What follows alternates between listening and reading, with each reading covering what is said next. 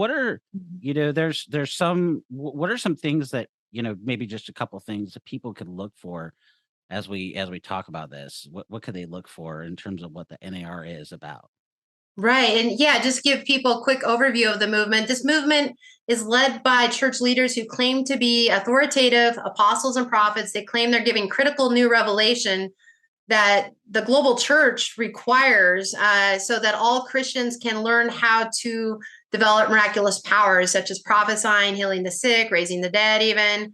And the purpose of this is leaders in this movement teach that the Great Commission is really a commission to bring God's physical kingdom to earth. And the way that will be done is largely by the church rising up as like this miracle working army where all Christians learn how to work miracles.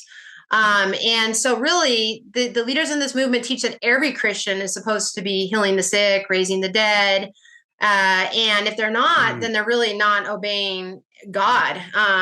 And so these teachings are very divisive. You can see how these kind of teachings split churches and families. And so, the churches that are starting like supernatural schools of ministry, Bethel Church in Reading, for example, I mentioned they have a Bethel School of Supernatural Ministry, and it's had thousands of graduates over the years. They literally come to the school to learn to be miracle workers.